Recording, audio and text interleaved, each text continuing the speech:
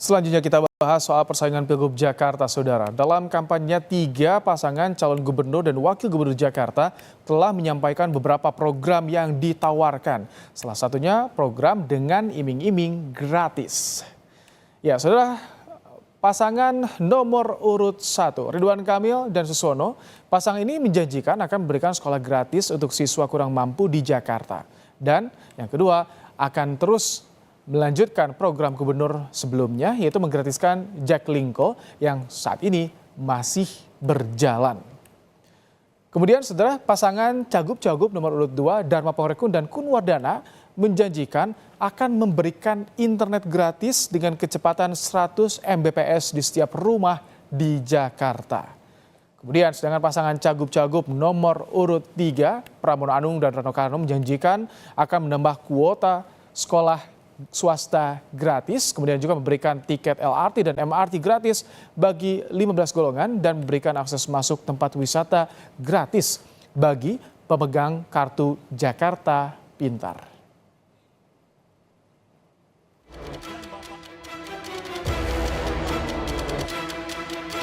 Kalau sudah mengambil keputusan di level pusat, maka yang namanya gubernur harus tahu. Bagi seorang pemimpin harus berani diri di depan untuk mengambil tanggung jawab dan risiko apapun untuk menyelamatkan. Waktu habis. Mari kita bersama-sama menjadikan Jakarta rumah yang merangkul untuk semua. Dari rusun sederhana hingga apartemen mega. 3 pasangan calon gubernur dan wakil gubernur Jakarta mengikuti debat perdana yang digelar KPU Jakarta dengan tema penguatan sumber daya manusia dan transformasi Jakarta menjadi kota global. Pasangan nomor urut 1, Ridwan Kamil Suswono berjanji akan memperbanyak co-working space atau area terbuka untuk bekerja serta memberikan kopi gratis bagi Gen Z di Jakarta. Kalau pasangan Ridho akan memperbanyak co-working yang sewanya gratis buat Gen Z di Jakarta, termasuk minum kopinya, karena Gen Z ini konsumsi kopinya besar sekali dan mahal, nanti kita kasih gratis kopinya. Sementara pasangan nomor urut 2, Dharma Pongrekun Kun Wardana ingin memasukkan budaya antre dalam kurikulum anak-anak untuk menciptakan transportasi publik yang nyaman. Itu juga perlu ditanamkan budaya budaya antri kepada anak-anak. Masukkan di dalam kurikulum supaya budaya antri ini ada di dalam adab kita. Mencegah segala aksi kejahatan termasuk narkoba, bullying, dan pencurian, pasangan nomor urut 3 Pramono Anung Rano Karno bertekad akan memasang kamera CCTV di setiap RT dan RW. CCTV itu bisa dipasang di setiap RT RW, maka saya yakinnya ini pasti akan mengurangi kekerasan di tingkat RT RW, narkoba, bullying, dan sebagainya termasuk pencurian. Debat pertama sudah selesai dan akan dilanjutkan dengan debat kedua yang akan diselenggarakan pada 27 Oktober 2024. Tim Liputan, Kompas TV. Cagup Jakarta telah sampaikan janji dan adu gagasan di debat perdana Pilgub Jakarta. Siapa yang berhasil rebut simpati calon pemilih? Kita akan bahas bersama dengan Adi Prayitno, Direktur Eksekutif Parameter Politik Indonesia. Selamat petang, Mas Adi. Selamat petang, Mas. Mas Adi, kita semua menyimak bagaimana debat yang dilakukan pada malam tadi. Apa yang bisa diambil oleh publik Jakarta? Ya, saya kira semalam menarik sebagai sebuah tontonan debat kandidat karena masing-masing calon ini kan sebenarnya berusaha untuk menunjukkan diferensiasi politiknya antara masing-masing calon pada stressing isu tertentu. Misalnya pada soal RT RW antara Dharma Pongrekun, kemudian Karno, kemudian Pramono Anung, ini kan berbeda secara diametral. Begitupun dengan isu-isu lain terkait. Artinya kalau kita melihat secara umum dari segi gagasan dan pendapat, memang masing-masing calon ini punya stressing yang berbeda, meski tujuannya sebenarnya adalah bagaimana untuk mensejahterakan dan memuliakan warga Jakarta itu menjadi warga yang sejahtera, warga yang kemudian diperhatikan dan dipedulikan tanpa pandang bulu. Tapi saya menangkap ada 3 isu yang sebenarnya cukup prinsip dan sensitif yang diangkat ya. Pertama soal kemacetan, yang kedua adalah soal treatment terhadap Gen Z, terutama Gen Z yang rata-rata misalnya mereka adalah jobless dan tidak mendapatkan pekerjaan. Yang ketiga itu adalah soal bagaimana memberdayakan RT dan RW. Itu yang saya kira stressing 3 hal yang menjadi perdebatan di antara 2 calon khususnya RK dan Oke. Pramono Anung. Hmm. Sementara Dharma Panggung dalam banyak hal ide dan gagasannya itu nyaris tidak pernah disambut ya, kecuali misalnya terkait dengan COVID, terkait dengan adanya teori konspirasi. Oke, Selebihnya nah Dharma bicara soal, Panggung tahan dalam Mas Adi, perdebatan Mas Adi, seakan-akan tahan.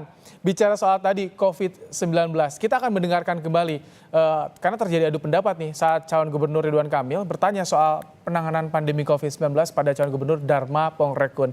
Dharma Pongrekun bilang pandemi adalah agenda terselubung dari asing untuk mengambil alih kedaulatan negara. Ridwan Kamil pun merespons dengan menyebut terjadi perbedaan pendapat biasa. Tapi seorang kepala daerah harus taat mengikuti kebijakan pemerintah pusat dalam setiap permasalahan yang ada di Jakarta. Kita simak bersama bagaimana perdebatannya. Kira-kira apa yang bisa kita lakukan untuk lebih baik dalam menyelesaikan yang namanya pandemi? Paham betul tentang pandemi ini. Pandemi ini adalah agenda terselubung dari asing untuk mengambil alih kedaulatan negara. Sehingga terlihat sekali begitu rapuhnya bangsa ini sampai harus mengikuti, istilahnya saja ikut. Kenapa bukan Taufik? Kenapa ngikutin COVID? Seorang pemimpin masyarakat, terutama otonomi daerah DKI, harus memperjuangkan segala sesuatu untuk melindungi warganya. Jangan sampai gara-gara pandemi ekonomi hancur. Di perbedaan pendapat itu biasa ya. Kita perdebatkan di ruang-ruang yang sifatnya politik, ruang-ruang yang sifatnya bisa menginfokan bahwa ada perspektif lain mungkin dalam menyelesaikan sebuah permasalahan sekelas seepik yang namanya pandemi. Tapi ujung-ujungnya pemimpin kalau sudah mengambil keputusan di level pusat, maka yang namanya gubernur harus taat. COVID kan sudah berlalu Mas Adi, apakah di part yang tadi kita perlihatkan kembali di layar Kompas TV, ini justru bisa menarik perhatian publik Jakarta Mas Adi? Ya sebenarnya secara substansi sebagai sebuah insentif mempengaruhi pemilih, saya kira tidak terlampau signifikan ya, karena COVID ini dianggap sebagai musibah kesehatan yang terjadi siklusnya per 100 tahun. Jadi yang sebenarnya dekat dengan keseharian masyarakat itulah yang sebenarnya secara prinsip, secara progresif tentu jauh lebih menarik diperbincangkan ketimbang isu-isu yang lain tentang kesehatan, tentang pendidikan, kemudian treatment terhadap perempuan, kelompok-kelompok yang selama ini dimarginalkan seperti kelompok disabilitas. Itu adalah isu-isu yang saya kira memang cukup lekat dengan keseharian warga di Jakarta. Oke. Tapi karena memang ada perspektif lain, terutama dari calon gubernur di Jakarta tentang COVID, ini hanya sebatas menarik untuk diperbincangkan, tapi tidak seksi sebagai sebuah isu di mana program ini akan menjadi program prioritas 5 tahun, terutama Oke. bagi gubernur yang akan terpilih. Nah, saya kira di situ, Mas. Oke, tadi Anda singgung soal disabilitas. Nah, dalam debat calon gubernur Jakarta Pramono Anung menyentil calon gubernur Jakarta yang juga mantan gubernur Jawa Barat Ridwan Kamil soal kurang ramahnya Bandung terhadap kaum disabilitas. Kita simak bersama. Kang Emil dalam konteks untuk SDM transformasi menjadi kota global kepada kelompok disabilitas. Pengalaman saya reformasi semua perempatan-perempatan jalan, trotoar-trotoar dihadirkan dengan jalur disabilitas misalkan ya. Saya pernah tegur satu wali kota karena jalur tunanetranya di warna merah, mohon maaf. Saya bilang ini bukan masalah warna, ini kuning itu adalah low vision yang paling bisa dilihat ya. Kenapa saya menanyakan ini? Karena persoalan disabilitas di Jakarta maupun di Bandung kurang lebih sama. Tidak ada keberpihakan secara sungguh-sungguh dari pemerintah untuk menangani mereka. Bukan saya menyampaikan sesuatu yang mengarang. Teman saya Farhan Helmi sebagai ketua Dilad Disabilitas dan Lansia yang ada di Bandung selama ini untuk menyewa ruangan dan kantornya saja kesulitan. Bahkan untuk aktivitas sehari-hari juga mengalami kesulitan. Ibu saya mengatakan kalau dianggap salah saya mau minta maaf Mbak Farhan. Kalau dirasa masih belum cukup, saya tidak akan excuse. Disinggung soal disabilitas di Bandung dan tadi kita simak bagaimana respons dari Ridwan Kamil.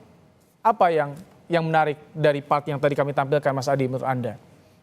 Ya tentu ini adalah sebagai upaya untuk mendowngrade apa yang dilakukan oleh Ridwan Kamil ya selama misalnya jadi wali kota di Bandung. Karena kan semalam isunya adalah soal bagaimana perbaikan ekonomi, pertumbuhan ekonomi, termasuk akses terhadap pekerjaan, itu kan ramah terhadap semua. Nah, selama ini kelompok-kelompok disabilitas itu kan dianggap marginal, dianggap tidak menjadi prioritas. Ketika Ridwan Kamil menyampaikan bahwa disabilitas adalah sebagai kelompok dan pihak yang akan diprioritaskan kalau jadi gubernur terpilih, itu yang kemudian dikomplain dan diprotes oleh Pram. Karena bagi Pram, waktu Ridwan Kamil jadi wali kota, ternyata tidak ramah, dan seterusnya, seperti yang disampaikan tadi secara terbuka. Oleh karena itu, sebenarnya forum debat semacam ini bagus ya untuk mengukur sejauh mana visi misi dari masing-masing paslon ini bisa diuji, apakah layak diaplikasikan ataupun tidak. Karena kalau hanya sebatas penyampaian visi misi dalam hitungan 1 menit, 2 menit, terus tidak ada bantahan, tidak ada sanggahan, saya kira ini semacam apa namanya di zaman Orde Baru. Jadi itu semacam idealnya nanti tempat untuk debat kedua harus bagaimana menurut Anda, Mas Adi? Ya memang harus debat secara terbuka. Ketika misalnya Ridwan Kamil sebagai gubernur Jawa Barat dinilai ada kekurangan, itu memang ingin di Oke. Debat terbuka, adu argumen, adu gagasan, men-challenge bagaimana yang ditawarkannya ya. Kamil, itu kan cerita success story di Jawa Barat. Oke, baik kami tangkap. Terima kasih. Ya, saya kira begitu. Mas Adi, ini agak sedikit gangguan sinyal kita, sambungan audiovisual Anda, tapi kami tangkap bagaimana tadi masukan dari Anda soal adanya argumen debat terbuka, men-challenge dari gagasan yang ditawarkan. Tapi terima kasih untuk ulasannya sore hari ini, Mas Adi Praitno, Direktur Eksekutif Parameter Politik Indonesia, dalam program Kompas Petang sore hari ini. Dan setelah Kompas Petang akan kembali, ada rekan saya, Cynthia Rompas. Silakan Cynthia. Ya, terima